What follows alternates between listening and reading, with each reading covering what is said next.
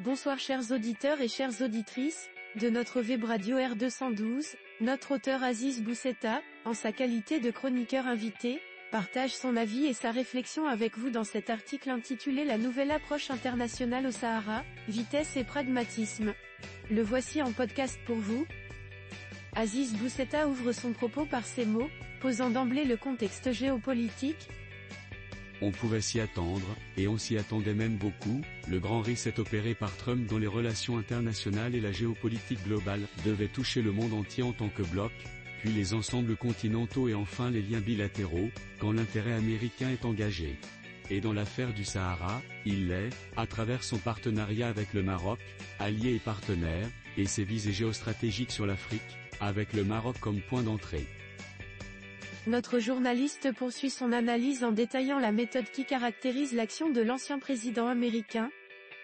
La méthode Trump est la même, partout, iconoclaste et simple, lisible et auto-centrée, elle est servie et portée par des amis inconditionnels du président, novices en diplomatie, qui ne s'embarrassent pas de finesse langagière, allant droit au but, quitte à bousculer, se moquant de déplaire.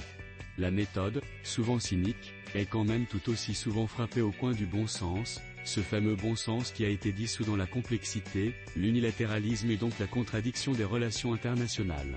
Un bon sens que l'on retrouve, avec une sorte d'ébahissement, avec Donald Trump. Alors que Stephen Witkoff gère les dossiers ukrainiens et moyen-oriental, J.D. Vance et Pete Hegseth ont été propulsés vice-présidents et chefs du Pentagone et s'occupent, à leur manière, de l'Europe, et le fameux Elon Musk, armé d'une tronçonneuse, est en charge de dégraisser le mammouth administratif fédéral. Ces hommes ont surgi dans le sillage de Trump avec leur feuille de route, et cherchent à vaincre plutôt qu'à convaincre. Et nous retrouvons Massad Boulot, américano-libanais, arabophone et francophone, comme conseiller pour la zone MENA, qui prendra en main le dossier nord-africain. Nous y sommes. Aziz Boussetta fait alors un retour sur un moment clé du dossier, afin de bien en saisir les enjeux diplomatiques. Décembre 2020, Donald Trump conclut un deal avec le Maroc, puis s'en va. Arrivent Biden et Blinken, qui lambinent, tournent autour du puits, et l'accord n'est donc toujours pas encore entièrement respecté, il manque le consulat, mais peu importe, l'important, aujourd'hui, est de boucler l'affaire du Sahara, en assurant la reconnaissance internationale de l'intégrité territoriale du Maroc et, accessoirement, en réglant le très artificiel différend entre Alger et Rabat. Le conflit dure depuis 50 ans, prenant sa source dans la colonisation et se prolongeant jusqu'à aujourd'hui par le fait de la rationalité néo- ou post-coloniale. En gros, cette zone est sous tutelle silencieuse française et les Français, comme l'Occident plus généralement et les autres puissances, ont toujours un intérêt quelconque à maintenir des conflits, ne serait-ce que pour les armes et le soutien à l'ONU, mais là, les choses changent et les armes continueront d'être vendues et le soutien à l'ONU monnayé. Le chroniqueur invité approfondit sa réflexion en nous exposant 4 événements récents, qui accélèrent la dynamique autour du Sahara.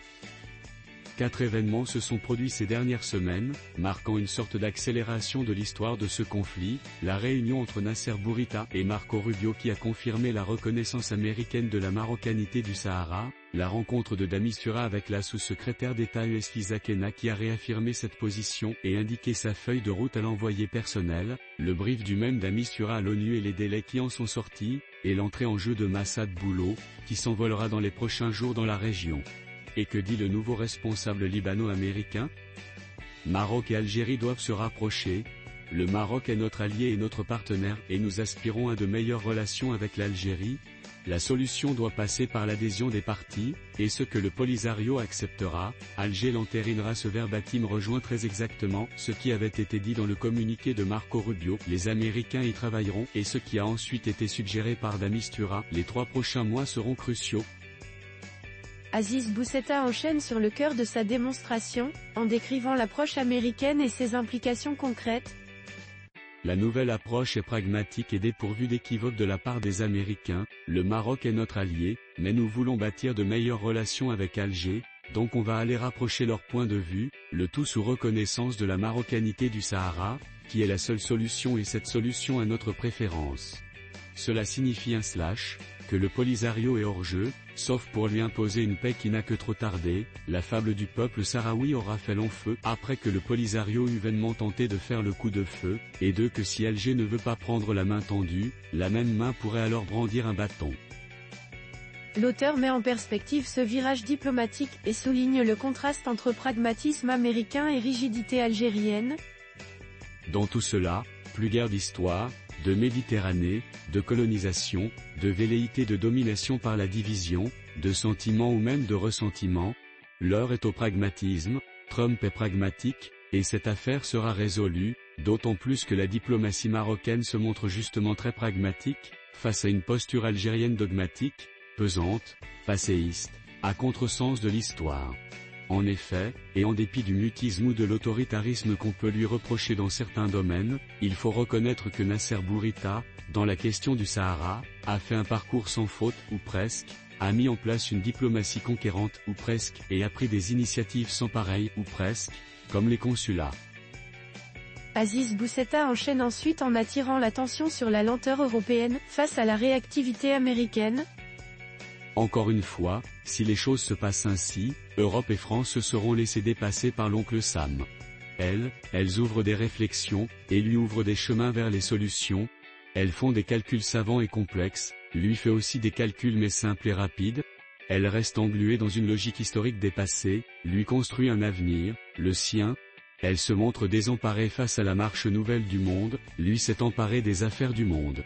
Alors que l'Europe continue de normer, de cadrer, d'asséner des leçons auxquelles elle ne croit même plus, de se considérer supérieure en y croyant fortement, de développer une peur de l'islam, de l'arabe, du noir, de l'autre, quel qu'il soit, le Maroc se projette dans son avenir africain, les Chinois œuvrent à plus et mieux s'ancrer aux réalités actuelles sur le continent, les Russes y reviennent, Indiens, Turcs, Israéliens, Brésil et d'autres cherchent à y trouver une voie d'entrée. L'Europe, ce jardin autoproclamé, est en train de se fermer au monde qu'elle continue de regarder comme une jungle aspirant à l'envahir. Poursuivant sa réflexion, Boussetta attire l'attention sur les enjeux qui attendent le Maroc face à cette nouvelle dynamique mondiale. Aujourd'hui, face au rouleau compresseur américain qui se dirige vers notre région, le Maroc devra déployer toute la finesse diplomatique qu'il aura acquise en plusieurs siècles d'histoire. Les Américains, en dépit de leurs bonnes intentions affichées, pourraient en effet, si ce n'est déjà fait, demander des contreparties au royaume.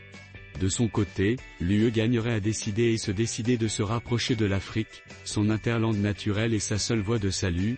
Et pour ce faire, elle devra renoncer aux circonvolutions institutionnelles et au partage des rôles entre ses organes et proposer des politiques hardies, réalisables et qui seront effectivement réalisées. Autrement, l'agressivité diplomatique des autres grands relèguera le vieux continent, vieux par l'histoire certes, mais aussi par sa population et ses doctrines, dans son EHPAD fleuri. Aziz Boussetta insiste enfin sur un point crucial, la nécessité, pour le Maroc, d'accompagner cette accélération géopolitique. Il reste cependant au Maroc à accompagner cette accélération de l'histoire. Il est aujourd'hui temps d'affiner et de détailler notre proposition d'autonomie, comme réclamée par nos partenaires. Pour ce faire, et dans le double objectif de conférer à cette proposition une légitimité populaire et nationale et de confirmer que la question est celle d'un peuple et non d'un État, il serait plus qu'indiqué de lancer un débat national, impliquant partis politiques et société civile, dans la réflexion sur ce projet d'autonomie afin de prouver au monde qu'il s'agit bien, d'un véritable projet d'autonomie.